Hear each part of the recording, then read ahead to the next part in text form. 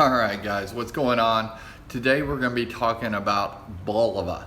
It is a point of contention with one of my coworkers. He says I would not buy this watch simply because it's a Bulova, simply because it's a quartz piece. And I took issue with that and thought I'd make this. Now I have a lot of more expensive timepieces. This liquid metal is one in question, but I can appreciate the quality of this piece, especially for the price you're paying and the quality of pieces you're getting and everything you are going to get. So let's go ahead and take a look at what we get inside this box, which by the way, the box is nice as it is. So this is different. I have the strap version. They also make a metal bracelet version. But on the strap version, you get the strap on the watch. You get the space strap, the strap that would be used by astronauts, and also the changing tool. Then below here, we have a little secret compartment. And if we pull this little tab, we can take everything out of the secret compartment. You get your warranty card, your product authenticity card, basically. You get an instruction manual that's pretty thick, number of languages, pretty self-explanatory watch, but this gives you a little bit of, you know, if you're not sure if this is your first timepiece, it's a very good manual. Then we get this, which I'm gonna spend a little time on. This is a basically a history book. History book for Bulova and the space program, the US space program, 45 years ago, and then also a little history on this timepiece. So talks a little bit about the US shooting for the moon, some of the equipment that was used. Bulova or the US space program used a considerable amount of Bulova equipment. They actually created this timepiece, which we'll talk about, for the space program. It was only used once. This is a recreation of that piece that I have in front of me. This is some of the photos of the original piece actually on the moon in the rover and actually on the surface itself. A little bit about the high frequency quartz, the 262 kilohertz high frequency quartz timepiece that's, by the way, more accurate than my Planet Ocean.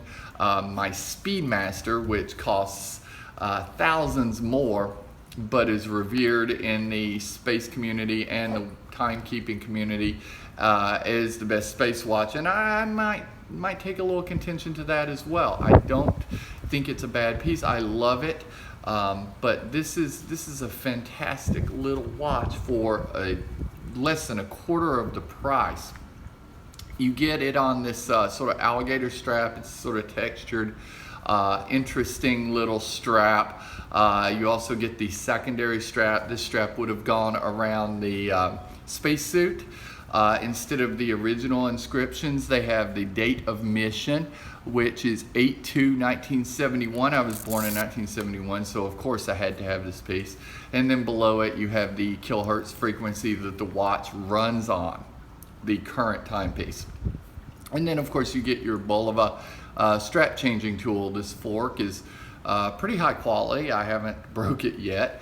And then on the moon strap, you can see it fits very similarly to a NATO with some modifications. So basically you mount it like a standard strap, but this NATO flap comes around the back of it, covering up the moon mission inscription. Once you do that, you mount it just like you would a NATO, and then Velcro it closed, and you can see it on my wrist here. It extends a little past where I'd like it to be. That's one of the complaints of this Velcro strap, is that it's too long, but keeping in mind that it's made to represent the one that would have gone on outside of the original spacesuits, that pretty much makes sense. Beautiful on the strap, beautiful on the moon mission Velcro as well. A little history of that moon mission coming up, but if we take it off of this and take it off my wrist, we can see some of the see some of the features of this watch. And again, I just think it's a beautiful piece on this strap specifically. Gives it a call out to that moon mission. If we set the chronograph by that top pusher as I just did, you'll see the right subdial spinning. That's going to spin for 30 seconds while that the timepiece is in that function mode, to let you know it's running. And we'll take a little bit of a peek at this inscription on the back, signifying Commander Dave Scott's mission. You can see after it's reached 30 seconds that number 3 subdial has stopped moving forward. It will continue to advance with each period of time, but that spinning is over.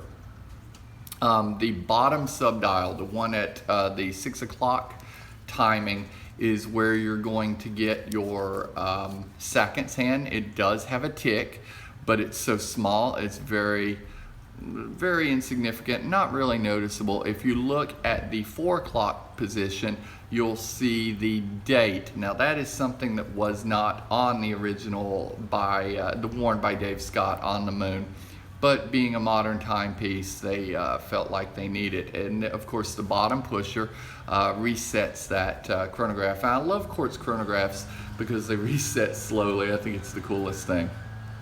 And then of course your number 9 subdial as well. And if you look, you can see the complete set of packaging that you get for under $500 in most cases, under $600 everywhere.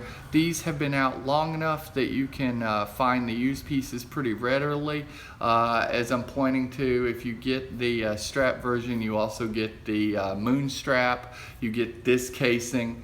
If you get the bracelet version, the watch is sitting in the center. You do not get a strap changing tool or a secondary moon strap or leather strap. So I personally would go for this combo. It's fantastic. Being on the used market now, you can kind of find them for around $250, and $250 for a watch that has moon heritage, it has space heritage. That's just phenomenal. Thumbs up in my opinion. This is actually Commander Dave Scott's original timepiece. Still has moon dust on it. Still has all the original patina from the moon mission in 1971, which he wore that piece on the rover. You can see an advertisement of the updated version, which is sadly larger than the original. It does have the date window, and now they're making it in a black PVD. They've gone back to the original Bulova inscription and no date window, so there's a possibility to get an even closer version. I'm hoping that they make it with the steel version with the no date at some point. You can see mine here now on a NATO. I wear it on a NATO most of the time. It fits much better than the moon strap, the astronaut strap, and still kind of gives that callback to that feel. If we look at the inscription on the back, you're going to have the date of the mission, of Commander Scott. If we go and look at the spacing on the watch itself, it's a 20mm watch, extremely long in the lug to lug, and that's why it sits so large on the wrist. That's why it has the complaints it has. The width around 45mm.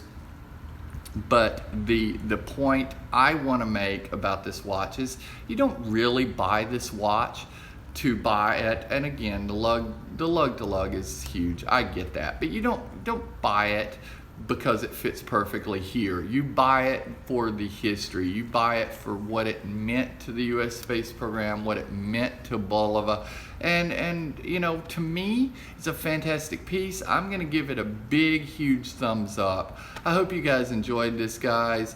We'll talk to you very soon.